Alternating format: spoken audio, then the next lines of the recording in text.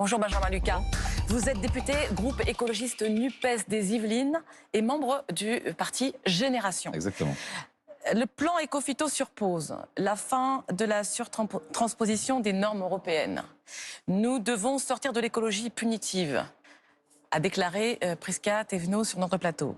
Ils font un procès, ils font votre procès là, celui des écolos punitifs. Non mais d'abord, sur le fond, chaque jour de perdu pour réduire la part des pesticides, c'est des cancers en plus et c'est la biodiversité qui s'éteint. C'est dramatique, c'est criminel aujourd'hui pour des raisons de communication politique et électorale de mettre sur pause la nécessaire transition écologique pour protéger la santé des Français, la biodiversité et le climat. Ce qui est punitif, ce sont les maladies, les cancers. Ce qui est punitif, c'est le réchauffement climatique. En être encore là, en 2024, à devoir expliquer cela au gouvernement, c'est dramatique. Est-ce qu'on doit craindre justement du côté des écologistes des mouvements plus durs, plus violents, d'autres Sainte-Soline justement après ces annonces? Ce qui est sûr, c'est qu'il y a dans ma génération notamment une angoisse climatique qui monte et qui se transforme en colère. Et donc la responsabilité normalement d'un gouvernement, c'est d'anticiper ce qu'est le choc du réchauffement climatique, de l'extinction de la biodiversité, et d'apporter des réponses qui apaisent, qui rassemblent et qui unissent finalement le pays autour de la transition écologique, de la planification écologique, de cette bifurcation aujourd'hui indispensable pour que tout simplement les générations futures puissent vivre sur une planète respirable. Vous pouvez dire, vous, que l'écologie est sacrifiée par ce gouvernement? Bien sûr, le gouvernement nous dit l'écologie ça suffit, comme il nous disait l'égalité ça suffit lors de son discours de politique générale, la justice sociale ça suffit, finalement parfois au Parlement la démocratie ça suffit.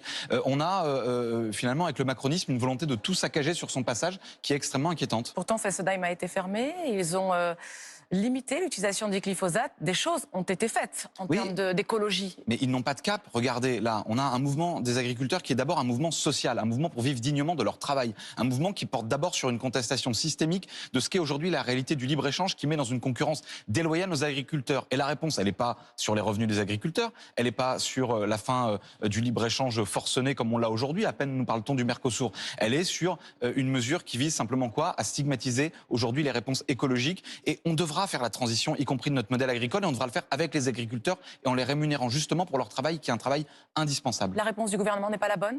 En s'en prenant à l'écologie? Non, évidemment, mais comme d'habitude, le gouvernement choisit la facilité, choisit finalement le coup de communication un peu poujadiste. Alors justement, l'exécutif est devenu donc le meilleur allié des agriculteurs, mais le meilleur ennemi des écologistes, on peut le dire? Non, il est l'ennemi et des agriculteurs et de l'écologie. Comment ça? Aujourd'hui, il n'a pas apporté de réponse sur la rémunération des agriculteurs. Il n'a pas apporté de réponse pour mettre fin à cette injustice qui veut que les profits, les bénéfices de l'agro-industrie ont considérablement augmenté pendant qu'en 30 ans, les revenus des agriculteurs ont baissé de 40%. Et vous leur faites confiance quand ils disent que non, ce plan Écophyto, c'est une pause jusqu'au salon de l'agriculture? Vous leur faites confiance? Non, je leur fais pas confiance. En matière d'écologie, vous savez, on a pu juger sur les actes. Ce gouvernement, à chaque fois qu'il a dû choisir entre les lobbies et l'intérêt général, il a choisi les lobbies. Identité, exception agriculturelle, souveraineté. Un vocabulaire qui n'était pas celui de la Macronie jusqu'à maintenant. Et Jean-Luc Mélenchon est d'ailleurs allé jusqu'à parler d'un discours réactionnaire lorsque Gabriel Attal a tenu son discours de politique générale. Vous le reconnaissez, vous, Gabriel Attal, qui était un homme de gauche? Vous savez, même avec une tête de gendre idéal et même à 34 ans, on peut être un réactionnaire, on peut être un poujadiste. Gabriel Attal en a fait la démonstration. Je le dis souvent, il y a l'âge réel de Gabriel Attal, 34 ans, et l'âge ressenti, c'est 80 ou 120 ans. Parce qu'en réalité, les réponses qu'il apporte ne sont pas en phase avec ce qu'est la réalité de notre société. On le voit sur l'écologie, d'ailleurs, il dit « Je suis né en 1989, notre génération est la première confrontée au péril mortel pour l'humanité qu'est le réchauffement climatique. » Quelle réponse apporte-t-il? Quasiment aucune. On est une génération consciente des inégalités, des injustices, du racisme et des discriminations. Rien du tout. Peut-être qu'il apporte justement le pragmatisme en politique? Je ne sais pas ce que ça veut dire le pragmatisme en l'occurrence dans cette affaire. Les Français aujourd'hui nous disent « je n'arrive pas à payer mes courses quand je suis à la caisse du supermarché ». Chaque passage à la caisse est un calvaire pour le porte-monnaie des Françaises et des Français. Quelle réponse au fond sur le pouvoir d'achat le Premier ministre? Aucune, si ce n'est des vieilles recettes néolibérales éculées. Il a été ministre du budget de la réforme des retraites qui a privé les Français de 2 ans de vie en bonne santé et qui s'est faite contre la quasi-totalité des actifs, contre le pays tout entier rassemblé. Ça, c'est pas du pragmatisme, c'est au contraire de l'idéologie. Son idéologie, elle est réactionnaire, son idéologie, elle est néolibérale. Et qu'est-ce qui vous inquiète justement dans ce changement de doctrine? Mais ce qui m'inquiète, c'est par exemple sur l'école, une vision qui rompt avec ce qu'est notre idéal républicain, notre promesse de liberté, d'égalité et de fraternité.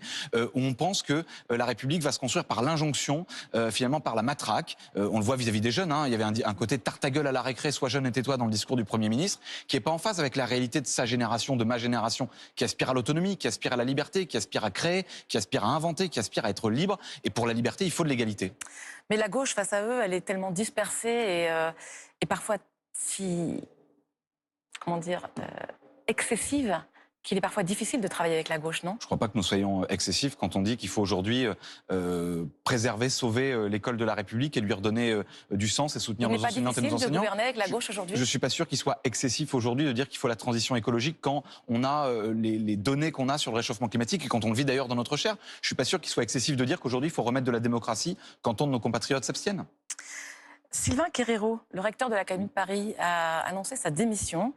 Il a été dédié par sa ministre de tutelle, Amélie Oudéa-Castéra, la ministre de l'Éducation nationale. Il était prévu de fermer 4 classes prépa afin d'en créer 3 autres, plus axées sur la mixité. C'est l'affaire de trop aujourd'hui concernant Amélie Oudéa-Castéra. C'est la chienlit au ministère de l'Éducation nationale. La ministre devrait partir. Elle ne peut pas faire un déplacement dans une école publique sans se faire huer, à juste titre d'ailleurs. Et on voit là aujourd'hui avec cette démission, mais sans doute que peut-être d'autres suivront. Et puis on voit avec ces déclarations qui sont toutes plus catastrophiques les unes que les autres, qu'aujourd'hui elle n'est plus en capacité de diriger ce ministère de l'Éducation nationale. Mais si vous permettez, ça traduit quand même quelque chose de plus profond. Pour moi, à Madame Oudéa-Castéra, c'est pas un accident de parcours dans le casting macroniste. C'est quoi donc? Révélateur d'une vision idéologique dans laquelle finalement l'école doit rompre avec ce qu'est sa promesse républicaine, dans laquelle on le voit avec la question des groupes de niveau par exemple, on veut faire l'école à 2 vitesses. Ils ont rompu la promesse républicaine? Oui, ce gouvernement ne croit pas dans l'école républicaine, il ne croit pas dans la République en réalité, puisqu'il croit finalement qu'il y a, vous savez, ceux qui sont tout et ceux qui ne sont rien, qu'il y a les winners et les losers, pour reprendre leur vocabulaire très McKinsey. Et donc dans l'école, on le voit aussi, on veut une école à 2 vitesses et on veut nous faire croire que finalement la réussite des uns serait empêchée par les difficultés des autres, et ça se traduit dans une vision très séparatiste de l'école républicaine. On l'a vu par exemple avec Parcoursup. Les professeurs, d'ailleurs, eh bien, ils sont dans un mouvement de grève qui rebondit. Ils ont fait grève jeudi. Le mouvement rebondit mardi. Le gouvernement laisse pourrir la situation, comme il l'a fait avec les agriculteurs. Et est-ce que ça pourrait justement prendre une dimension plus importante et plus dure chez les enseignants? Oui, on dit, c'est un peu une tarte à la crème, gouverner, c'est prévoir. Ce gouvernement ne prévoit pas, il attend qu'il y ait des crises. Il suscite même souvent les crises par sa politique. Et quand une crise arrive, il est bien en difficulté pour la gérer. On va avoir dans l'éducation nationale une situation explosive. Elle l'est déjà. On a, je prends dans ma circonscription, le lycée Jean Rostand de Mantes-la-Jolie. C'est pas les Stanislas. Hein.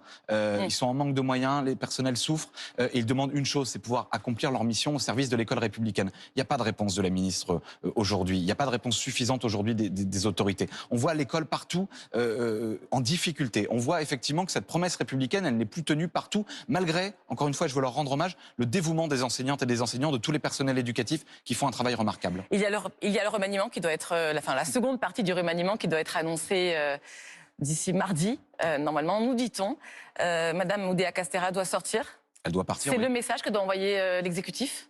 Oui, elle doit partir, il faut apaiser les choses et il faut à minima quelqu'un qui n'a pas fait le choix pour lui-même du séparatisme socio-scolaire. Il faut quelqu'un qui croit dans l'école publique pour défendre l'école publique. Ça, c'est leur affaire. Qui pourrait faire un bon ministre de l'Éducation? C'est pas moi qui compose le gouvernement, il vous aura pas échappé que je suis pas président de la République. Mais vous pourriez avoir une idée de quelqu'un, même à droite, qui pourrait avoir... J'ai pas de suggestion à faire au président de la République, je m'intéresse aux idées, au contenu. Je pense que sur l'école, nous avons, nous la gauche, à faire un grand travail de fond pour réinventer l'école publique, pour lui donner les moyens d'accomplir sa mission républicaine. C'est ça qui va m'intéresser dans les prochaines semaines, plus que les castings ministériels. Il y a l'hommage national cette semaine qui va se tenir, l'hommage national aux victimes du 7 octobre, aux 42 victimes du Hamas du 7 octobre. Les familles des victimes ne souhaitent pas voir la France insoumise aux invalides. Mathilde Panot a annoncé qu'elle irait tout de même. Qu'est-ce que vous en pensez? Que c'est notre devoir de représentant de la nation de rendre hommage aux victimes du 7 octobre et que Mathilde Panot a raison de s'y rendre. Je vous remercie. Merci. Benjamin Lucas d'avoir répondu à mes questions et d'avoir accepté notre invitation.